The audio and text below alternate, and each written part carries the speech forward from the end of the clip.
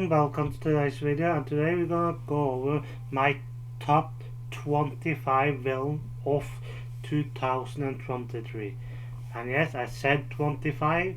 This will be a long video and it will be at least 5 honorable mentions. So with all of that out of the way, there's still one thing I want to mention, and that is in my previous video of top 10 villain of 2023 so far, I made a few mistakes. I forgot about a few characters and a few movies I had watched that I forgot to consider for that video. For that I apologize, and this time you will see a much different outcome than you saw in that video. All of the characters that was in that previous video will show up here, but you will be surprised of who's going to reach the level of top 10. And with all of that out of the way, let's get started! The 5 honorable mentions I want to mention is, first we have Venom, a great character, lots of potential, and if it weren't for the fact that some other Spider-Man character will show up in this video, he will have gotten even higher. As for King Magnifico, again, he was good in that movie, but I doesn't feel like he hit the mark to be one of the top 25 characters on this list. Max Chandler from Breakout, again, a good villain, a good plan, but he overlooked a fatal flaw with this plan, which make the character seem a little dumber in my opinion. Then we have Marco Quantasa, I'm sorry, I don't know how to pronounce it, from the Equalizer 3. And again, I'm sorry, I don't know how to pronounce that movie. I really am not sure if that's how I pronounce it. But again, a good villain. I feel like he was better than his brother. But again, the villain fell flat to me, so I couldn't add him as one of the top 25. Then we have Victoria Court. She might be the best out of the 5 of them, but then again, I still feel like all the other villains I'm gonna talk about is better. So again, sorry, she fell too short. Number 25 is Arlon from the live action One Piece. Now, I'm gonna say it right away. The one in the anime is much better than this one, but I don't think it's a bad adaptation, and I think it was a good idea to have him be the main villain of the first season. I feel like the actor did a really great job and really was trying to make this character great. Again, he does fall a little bit short because again, I'm comparing him too much to the anime, and the live action isn't that well good. I think it's a decent adaptation, but not that great. And Arlon in itself could have been a lot better. But he earned his place as number 25. Number 24 is Asmodeus from the Pope Exorcist movie. Now, again, I think this was a really good movie, and the villain is the one that made that happen. Asmodeus is a great villain, but then again, I don't think he was any memorable. I think he was good enough that earned him a place as number 24, but I also feel like that if the character was written a little bit better, actually killed a few more people maybe, he would have been a lot better. But the actors who plays him does a really great job. He is well written, so it's not that. I just feel like it falls a little bit flat. I don't think that when it was revealed that it was Asmodeus, that it wasn't that big of a reveal. I don't know, but I feel like it was angels or that kind of thing. So Asmodeus, I think it was good enough, and it's placed as number 24. Number 23 is Sopina from Dungeons and Dragons Honor Among Thieves. Now I'm gonna say it right away. I like the Dungeons and Dragons movie. Again, it could have been better, but I think it was a great movie, and I think Sopina was a great villain. Normally, I'm not too big of a fan of the characters that is just pure evil, but I think that it worked for this character.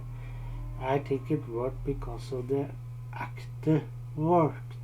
So again, I'm trying not to spoil too much, but seeing how she laughs at our main protagonist when he thinks he's speaking to his daughter, it actually shows a little bit of how cruel she really can be. And then again, that is one of the reasons why we like her. She is evil. There's not that much depth to the character, but then again, not every character needs it to shine. Number 22 is Subzero from Mortal Kombat 1 2023, the new reboot of the series. And yes, I consider it to be a bit of a reboot, even though we know it isn't a full reboot. But I'm getting sidetracked. I think this character earned his place on this list, mostly because he's the only real new character of 2023. He's not exactly the same as previous version of Subzero, but again, I think this works. I think he's a great character. I think he's a great villain. If the two others that show up in this movie, Shao Kahn or whatever his name was, had worked a little bit better, then I think I could have put them instead of him. But I think this one is the actual one that actually worked, in my opinion. And I'm not too big a fan of him. I really consider having him being nothing more but an honorable mention, but I think he actually works. I'm not gonna talk too much about him. Number 21 is Ursula from The Little Mermaid.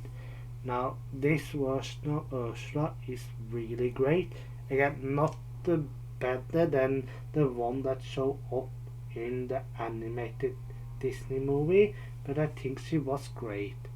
Seeing a live action version of Poor Unfortunate Souls really worked as me, and the fact that they decided to make her the sister of Poseidon or Triton, Ariel's father, is also something that really worked for me. The actor is the best part of this character. I believe that if any other actor had played her, then this movie would not have worked well. I'm really glad that this actor got the role. I think she did a great job, and I really are hoping to see her in other good projects.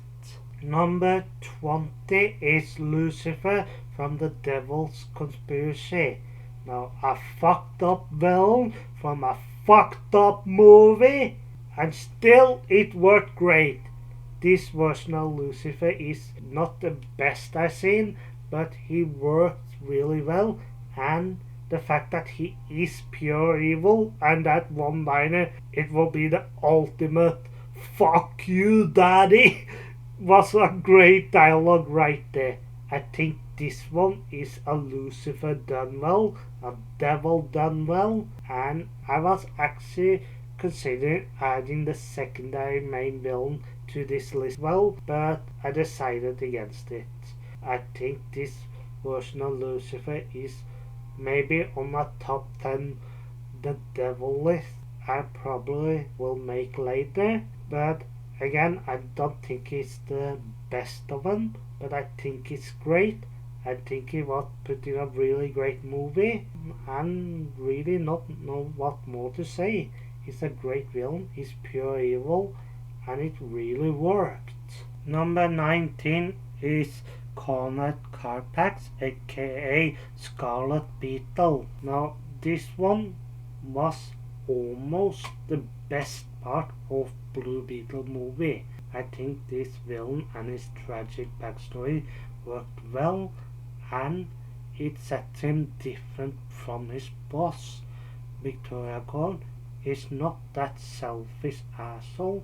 He learns that family is what makes Blue Beetle strong, and I think he could have worked even better if the character got a little more development. But he did get more development than Victoria Corn, and that is one of the reasons why he is on this list and she's just an honorable mention. And his fight scene with Blue Beetle, mwah! Number 18 is Calypso.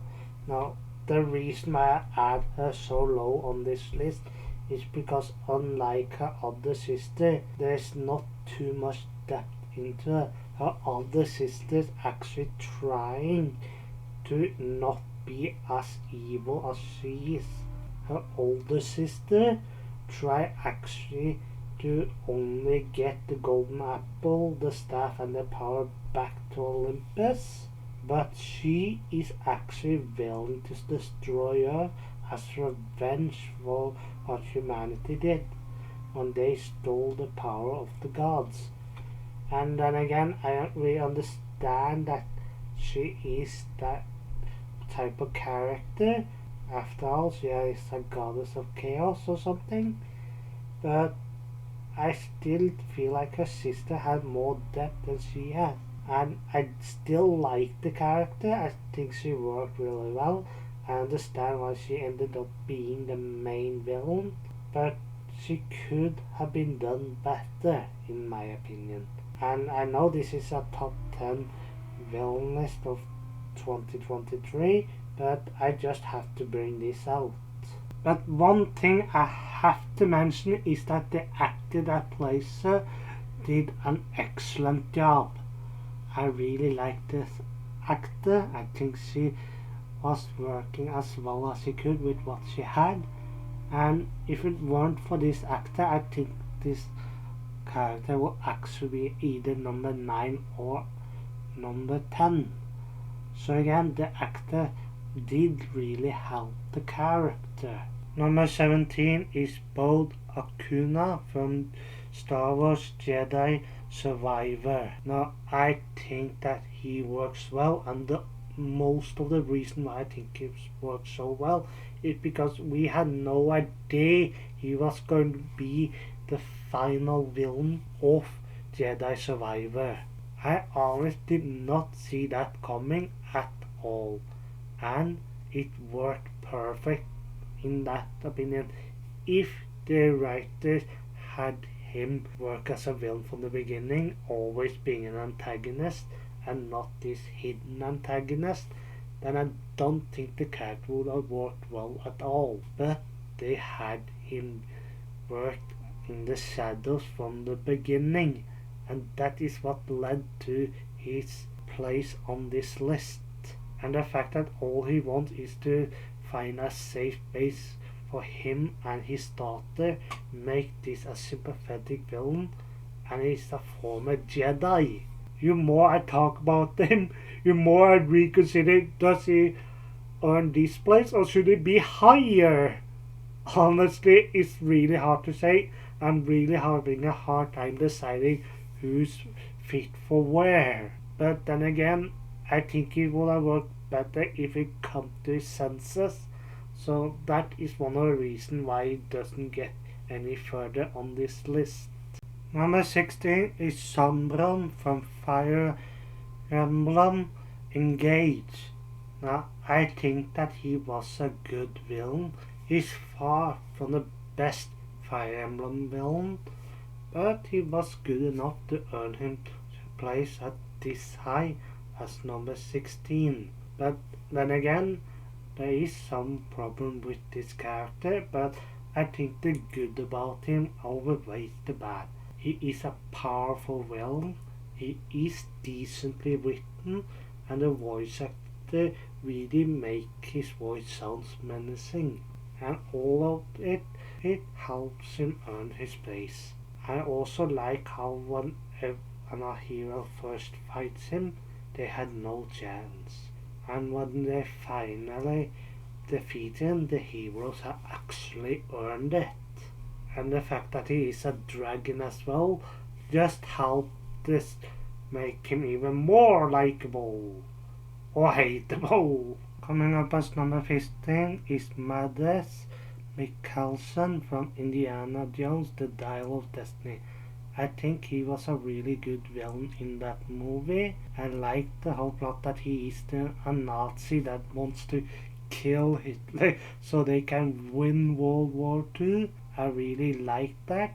I think he is really intelligent, a really intellectual challenge to Indiana Jones. I feel like there's a lot with this character that worked well, and I think that if he was a physical threat to Dr. Jones, then he might even be a few steps higher on this list. But unfortunately, he isn't a physical match, just an intellectual match. The actor did a really great job, and that is why I think he earned his place as number 15. Number 16 is Wayne Bailey from Scream 6. Now, I'm gonna say it right away. I really think this character was the most surprising in the entire Scream franchise. Now, we had evil parents in this franchise before, in Scream 2, but in this one, I wasn't really sure who was gonna be Ghostface. And the way he actually took out those two previous who pretended to be Ghostface earlier on was actually a really great idea. I really liked what they did there. And the character, a father that trying to avenge his son, is a really great motivation. I really liked the character. I liked what he did. I liked how the writer did it. Of course, I didn't like what he did. Killing is wrong, of course, but I liked the way they made the character. You understand why he hates our main protagonist because of his son's death, and that is understandable. Number 13 is Damian Anderson from Creed 3. Now, I'm gonna say what I like about him, and that is that he actually is a bit sympathetic when you learn that he thinks his old friend abandoned him. Of course, it doesn't fully excuse the way he is in the movie, but it put up a sense of sympathy for the character and understanding. I do think that the actor did a great job, and I don't think the character would have been as great if it weren't for the actor. But Damian Anderson as number 6 is a really great ranking in my opinion. I think the character was done well. I think the actor did well. I think the writer knew what they're doing. I know I'm repeating a bit of what I said earlier, but I feel like that's sometimes the best way to move. I also think that the rivalry he gets with the main character works well. Old friends turn enemies. And it also helped that he reconciled with the main character in the end. Number 12 is Sepia from Fire Emblem Engage. Now, the reason why she is higher than its main villain is because I felt that she had much better and much more development than Sombra, and that is something I really like. She actually does want to have a family, but she doesn't really know how to be a family member. She is evil, but some of the things she wants isn't that far off. That is actually understandable. I like her because she is an understandable villain. She's not the best villain of this series, but she isn't the worst. She really have a lot of development, and all the screen time she gets helps me like the character even more. She has earned her place as number 12, and if we get Fire Emblem Engage Warriors game, then I really hope to play as her. Coming up as number 11 is Dracula from Renfield. Now, this is a funny and pure evil version of Dracula. I said this in a previous video that the Lord of the Damned should be pure evil, and that is what this actor really pulled off here. The writers managed to pull it off as well, writing a character that no one has any sympathy for. That really worked well, and he worked as a great antagonist. I liked many of the versions of Dracula out there, especially those that show him in his most evil, but Renfield really kicked ass in my opinion. This version of Dracula is a character I love to hate, and I is actually laughing my ass off when he is on screen, and I really understand why Renfield wants to get away from him. I really like this version of Dracula. He did really well, and this next one is going to be difficult because it wasn't that unlikely that I might have put him higher on the list if there was any other character. So then again, Dracula number 5 is only gonna get harder to rank from here. And finally we reach the top 10, and as number 10 is Balan's Skull from the Ahsoka series. Now, I feel like this character was the best written character in that show, and I know a lot of you doesn't like the Ahsoka show, but I really liked it. And the fact that with all the new characters that showed up, he was the best in my opinion. I like that he is a former Jedi that turned to the dark side, but is still having some moral compass. He's not as evil as other characters, and that is one of the reasons I liked him. And his development throughout the show is pretty good. Number 9 is the Boogeyman from 2023, the Boogeyman. I think this version of this iconic character is decently well. I wasn't really sure if I was going to add him this high on the list or not, but as a horror villain, I think he deserved to be on this list, and he is actually a lot creepy even though he doesn't have any real development. There is his scare factor and his creepy factors that I'm considering right now. There's not lots of depth to the character other than he can't be near light. So again, I'm not gonna talk much more about him. Someone will probably wonder why I am him so high, but I really like horror movies, and unlike Lucifer from The Devil's Conspiracy, this is just a pure evil villain that has no sense of right and wrong. So again, I feel like it's a bit natural for it to be the way it is. Not that it isn't natural for Lucifer to be evil, but when you are able to think and know right from wrong, then it's completely different when some creature can't understand right from wrong. Number 8 is Marquis Vincent from John Wick Chapter 4. Now, I had to watch this movie twice to be able to add him to this list. The first time I watched the movie, I thought the villain was okay, so I didn't add him to the previous video, but I watched the movie again and saw it now, and I have to say that it was a mistake not to add him to the early one, because it's really a great villain. I'm not sure how high I will put it in the previous one, but as for now, I think he has earned his place as number 8. He is selfish and he is a coward.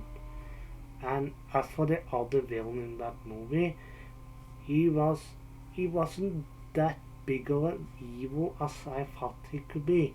He was more of the anti-hero, but this one, Marcus Vincent, is pure evil. He's selfish, coward, greedy, and all of that is what leads to his death. You dumb fool. He didn't shoot. I really loved that moment. Or was it, you dumb, arrogant fool? He didn't shoot. I honestly forgot a little bit about it, but it's one of the best moments of that movie. Number 7 is The Curious Cat from Ruby, Volume 9. Now, this cat in itself doesn't start out evil, but he becomes evil throughout his life, and he is definitely evil when he meets Ruby and the team. But he doesn't know that they're from Remnant, but the second he learns that, he starts manipulating and lying to them. And John is the only one that knows how this cat actually works. He is lying, and when he tells the truth, he uses a few parts of it. And just a few words from him. You have lost something really important, and now you have nothing left. How delightful! An empty hole, perfect for me to fill. That was one of the evil moments that I really liked about him, and how he always was able to lie and deceive most of the heroes. Really helped earn his place as number 7. Coming up as number 6 is the High Evolutionary from Guardian of the Galaxy Volume 3. Now, just one line shows how massive ego he has. I'm gonna tell you it right now. God is not real. That's why I stepped in. That in itself shows this character's ego. And when you think about it, he is pretty clever as well. He is really great scientist, but he is cruel and evil through and through. There was a moment when I thought he might not be as evil as I thought, but that quickly disappeared a little bit later in the movie. I don't think this character have a redeeming quality. And when Rockets say you didn't care about making things perfect, you just hate things the way they were, that describes the character perfectly. I think the actor is the reason why this character is so great. If you had a really bad actor in this role, then I do think that would damage the character a lot. So again, the actor did a great job, the writers did a great job, and the director and the story, mwah! Coming up as number 5 is Orlocks from Castlevania Nocturne. And I'm gonna say it right away. The second best villain of Castlevania Netflix shows. And if you disagree with me, I'm gonna punch you in the face! Okay, maybe I'm not that overactive, but I do think this one is the second best villain of that show. And I have a really hope that he ends up being the main villain of Castlevania Nocturne. I really like this villain. He's the best written. He has the best voice actor. I love everything about him. It was really hard to add him to this list because the last 5 characters I'm talking about now, I like each and every one of them. Almost them as the same. But what I think this character falls short of is that when he is trying to go for his lover. He doesn't just take him. He could have turned his lover into a vampire whenever he wanted, but he refused. And I think that is one of the things that's gonna come back and bite him in the ass. But in the same time, it's also how to make the character better. I feel like no matter what he did, I could not be fully satisfied with that moment. So again, it's really hard to rank him, so I have to rank him as number 5. Number 4 is Kang the Conqueror from Ant-Man and the Wasp: Quantumania. Now, this is one of the way you set up a really big bad. I know a lot of people didn't like Ant-Man and the Wasp: Quantumania. I think the movie was fine in my opinion, and I think one of the reasons is Kang the Conqueror. This great evil villain, and we love him for it. I think the actors knew what he was doing when he was playing this character, and you really understand why this character is a threat. And all those things together really show how great of a villain he is. He admits he has killed Avengers before, and saying how can Ant-Man stop it when all he does is talk to ants. He didn't say it exactly that way, but it really shows how much stronger he is than Ant-Man in himself. And Scott would not beat him if it weren't for Hank Pym being in the quantum realm with him and the others. So one character made the biggest difference.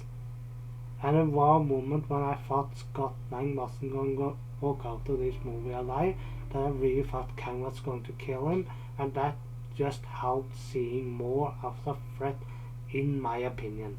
I liked the actor, I liked the character, and I liked the story they went with him. Coming up as number 3 is Kraven the Hunter.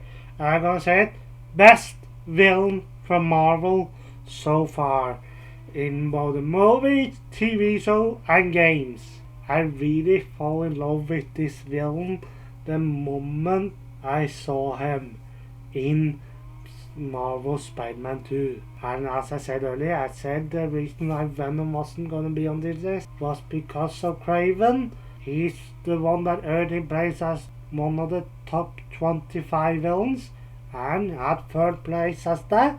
And I've seen all the other projects that Kraven has been in. I have to say this one is by far the best. I feel like he is the best written villain in Marvel, in games, TV shows and movies. And that not excluding just Kraven, that means for all of the villains. I actually like this one more than I like Thanos from the MCU. And I fucking dig that character. So again, this character is by far one of the best versions of Kraven the Hunter we could have got.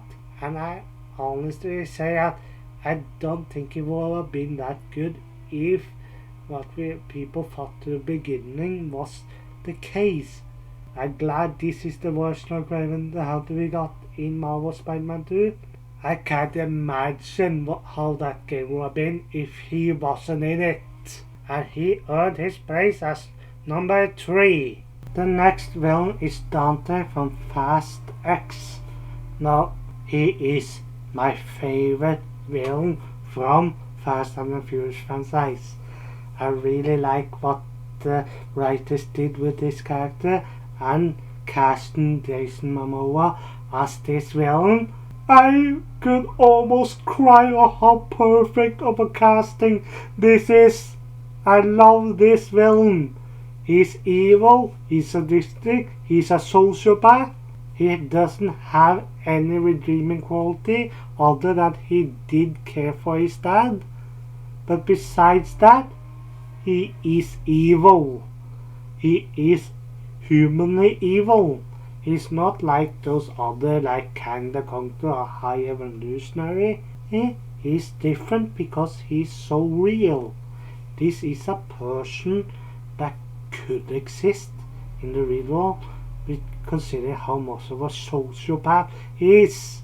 I really think this one is the best villain in Fast and Furious, and I could go on and on about why I like this character, but if I do that, we'll never be done with this video.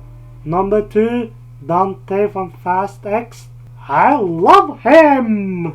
But you might wonder, if Dante from Fast X isn't my number 1 villain of this year, who is then number 1? Well, I'm gonna say it's Bowser from the Super Mario Bros. Movie 2023. I really think this is the best villain of the year, and that may be a little bit because I love Bowser as a character and a villain, but I also like the character with the voice actor they had. I like what they did with the character in this movie, how he's after Princess Peach about to force her to marrying him.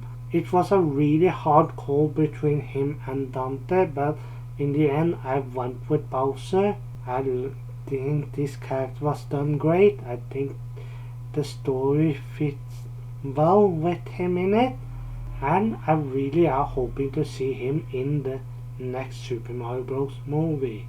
I think this will be one of the greatest adaptation of a video game villain for years to come, and that's saying a lot.